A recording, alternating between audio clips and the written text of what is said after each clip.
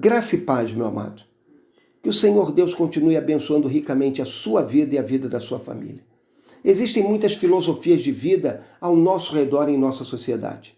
Uma filosofia de vida é um conjunto de princípios, de valores que vão orientar a nossa vida.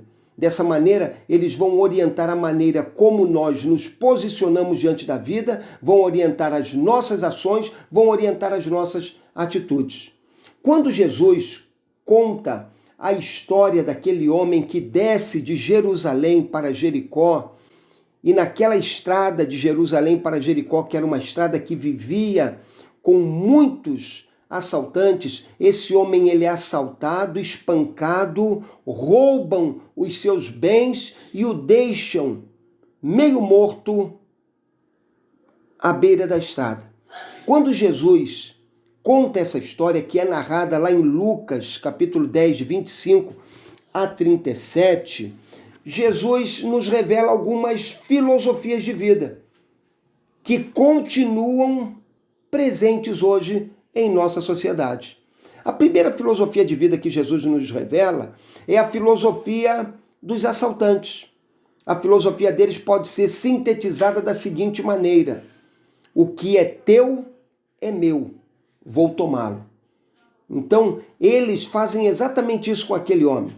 Aquele homem desce de Jerusalém para Jericó, eles o atacam, o agridem, com muita violência, o deixam caído, desacordado, meio morto e levam embora os seus bens.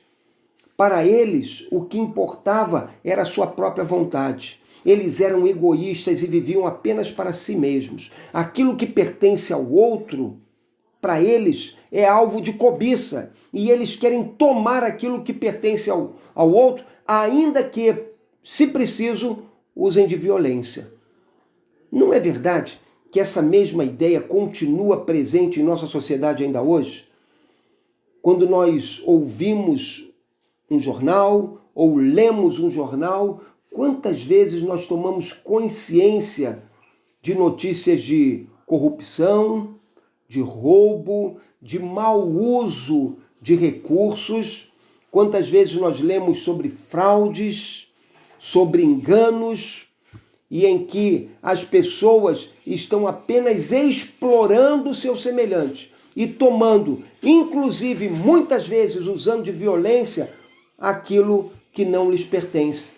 Porque elas, na verdade, estão dizendo o seguinte com seus atos: o que é teu, agora é meu, eu vou tomá-lo. Porque para mim, você basicamente não significa nada.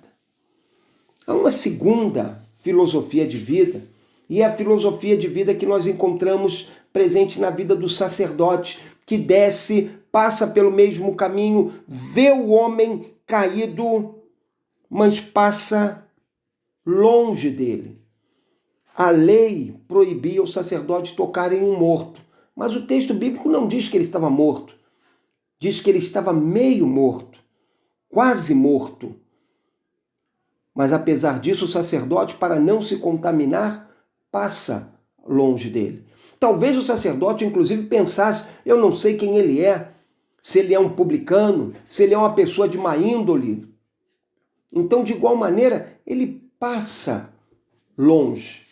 Logo desce um levita que tinha muitas das proibições religiosas que o sacerdote tinha, também lhe eram comuns. Então, talvez pelas mesmas razões, ele também passa longe. A filosofia deles pode ser resumida da seguinte maneira: o que é meu, eu vou guardá-lo.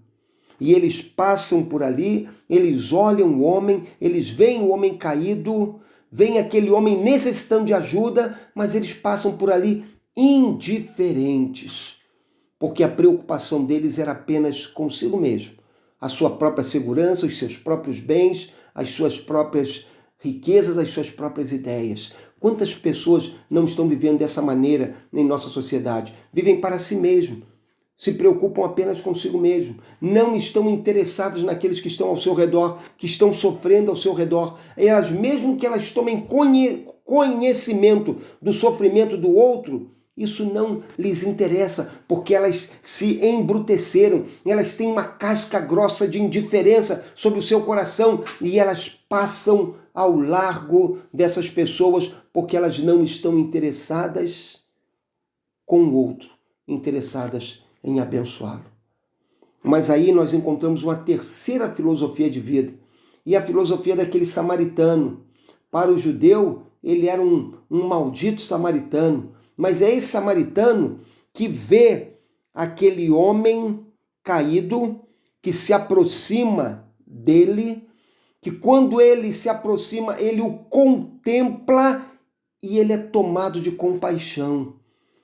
O sofrimento daquele homem moveu o coração dele, gerou simpatia, gerou dó, gerou compaixão, gerou aquela misericórdia, porque aquela pessoa sofria e precisava de uma ajuda.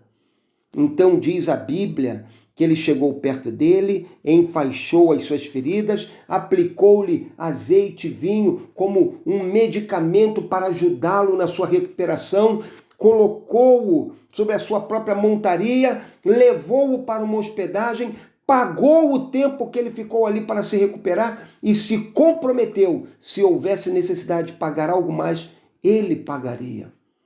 A filosofia de vida desse samaritano é muito preciosa. Com os seus atos ele dizia o seguinte: o que é meu é teu. Vamos compartilhar, vamos dividir. Meu amado, isso me faz lembrar Barnabé, que tendo um terreno, o vendeu e o deu para a igreja para abençoar os necessitados.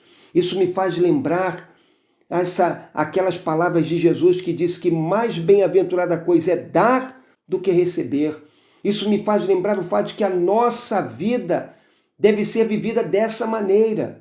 Devemos ser senhores daquilo que temos, e aquilo tudo que temos é uma dádiva de Deus, e devemos usá-lo para abençoar o nosso irmão, para abençoar o nosso próximo, para abençoar aqueles que sofrem, para abençoar aqueles que choram, para ajudar aqueles que têm algum tipo de necessidade. Que filosofia de vida extraordinária desse homem samaritano, que simplesmente disse: olha, o que eu tenho, eu vou usar para a glória de Deus, para abençoar a sua vida e para te ajudar nessa hora de dor e necessidade. Que consciência que ele tinha. E eu fico pensando que esse homem talvez ele tenha saído da sua casa e tenha dito para Deus: Senhor, como eu vou poder hoje te servir? E ali ele se deparou com uma grande oportunidade de serviço e aproveitou-a. Meu amado, qual é a tua filosofia de vida? Você vive para si mesmo?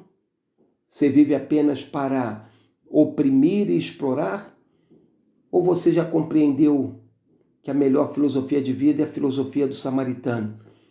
E você já disse: porque eu sou servo do Senhor, porque eu temo o Senhor, porque o Senhor entrou na minha vida e mudou a minha vida. Agora, aquilo que eu tenho, aquilo que eu sou, eu vou usar para a glória de Deus e para o louvor do nome do Senhor. Agora eu vou viver como Senhor de todas as minhas posses, de todos os meus dons e talentos, mas um Senhor secundário, porque o principal Senhor é o Senhor nosso Deus. E aquilo que eu tenho, eu vou colocar à disposição dele, para o serviço dele, para a glória dele e para abençoar, ajudar e enriquecer a vida de meus irmãos. Assim, eu serei abençoado e outros também serão abençoados. Meu amado, que Deus te abençoe.